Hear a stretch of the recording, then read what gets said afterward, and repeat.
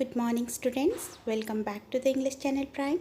Students, today we'll learn poem number 9, The Outsider for grade 5.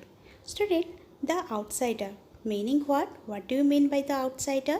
Yes, outsider meaning somebody who is not among ourselves, who is different from our group, who doesn't belong to our team. So why the poet is telling here the outsider, why he is thinking so? Let's learn this poem and we'll come to know. Let's start with the pre-reading activity. Do you know anybody who is physically challenged? In what ways are these people different from others? In what ways are they the same? So children, physically challenged people. Have you come across any physically challenged people? Physically challenged meaning somebody who is not able to see or who is not able to talk or speak, who is not able to hear, who are having physically some kind of disability, who had lost their ability to speak or talk or to listen, to hear or to look at. All those deaf, dumb or blind people or some are mentally retarded people are called physically handicapped or as called as physically challenged. Done children, like those people who are having some permanent injury or illness that makes them difficult for to use any part of their body is called the physically challenged or the handicapped people, as you can see in this picture. Now let's come to know in what ways they are different and in what ways they are similar. Children, they are also exactly same like us, only the difference is they are not able, as per the normal people, they are not that much able to do the work with that injured body part. Now next is, can you guess the names of the people shown in the picture below who are physically challenged? Look at page number 115. Look at these two pictures. Can you recognize them? Yes, the first picture belongs to Helen Keller.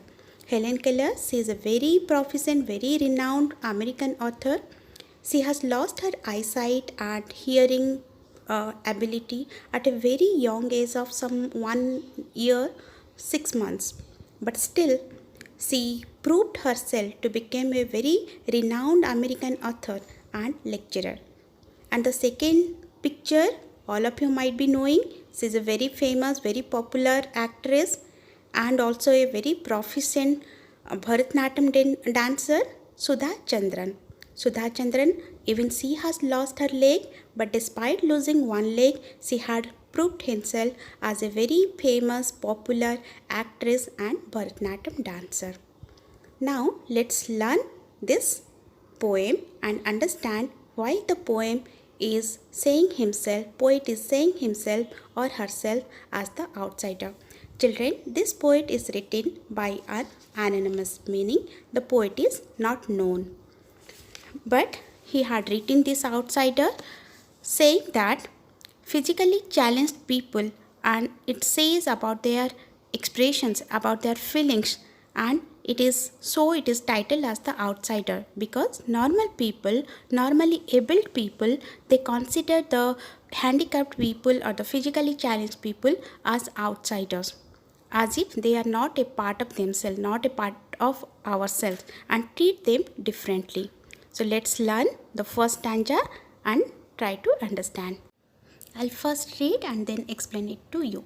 I'm handicapped and wheelchair bound, expected to sit and not make a sound, just to smile and let the world go by with saintly patience and never sigh.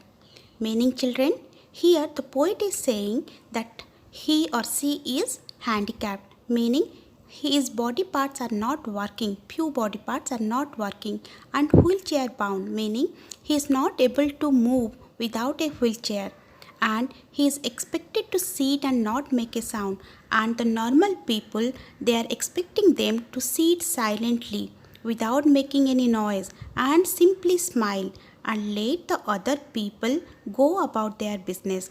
That means the other people, the normal people, wanted him to be very silent, with a saintly patience, meaning like a very calmly, very silently. The normal people expect that the physically challenged people should be very calm and should they should never worry about their disabilities. Very calm, saintly patience, meaning they wanted the physically challenged person to be sit very silently, very calmly, without complaining. Even if it is very difficult for them to sit silently, the normal people want them to forget they are just like everybody else, and they have a feelings they don't want to understand, and they just expect them to sit silently so that they can carry out their worldly business or everyday business. Done, children? Now next paragraph, next stanza.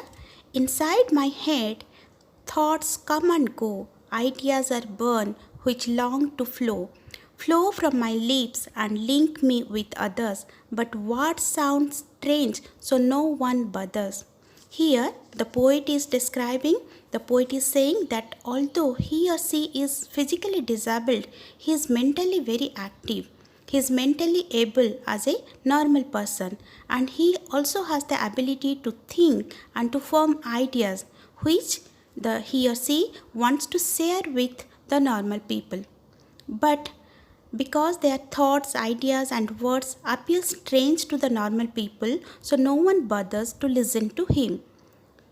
Understand? Meaning he is not able to speak properly, his lips are not linking, he is not getting words, or he is not finding the words which can be understandable by the normal person. So they are finding it strange, and normal people just ignores them. Third stanza. My tongue and lips do not, as I ask, I cannot perform the simplest task. Turn the page. But I have a mind and I am still there. Don't lock me out in your ignorance there. Meaning, here the poet is saying they are completely ignored by the normal people.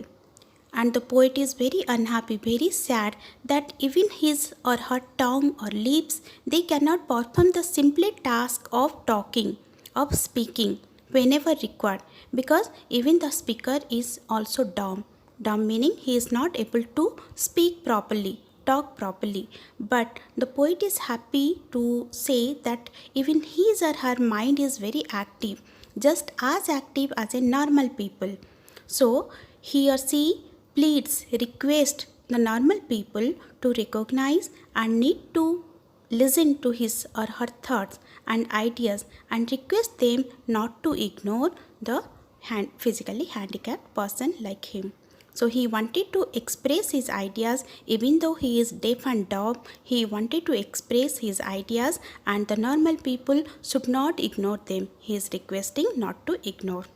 Now let's come to the last stanza. Talk though I seem not to understand.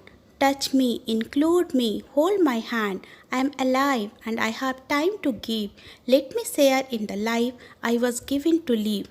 So here, from the very first to last line, now from last stanza, we can understand that the poet is also deaf, because he is saying that he is not able to understand, neither he is able to convey anything through his mouth or lips. So she says that she seems to not understand what the normal people talk, but he or she likes to be included in the daily business of the normal people. She requests, she pleads with them to touch them, to include them, and to hold their hand. She requests them not to ignore her, and tells them that even if she is physically challenged, she is alive. She also has a life, and she is able to spend time with others just like a normal people. So she urges us to let us share her life with us even if she is disabled, because it was her destiny that she was born like that.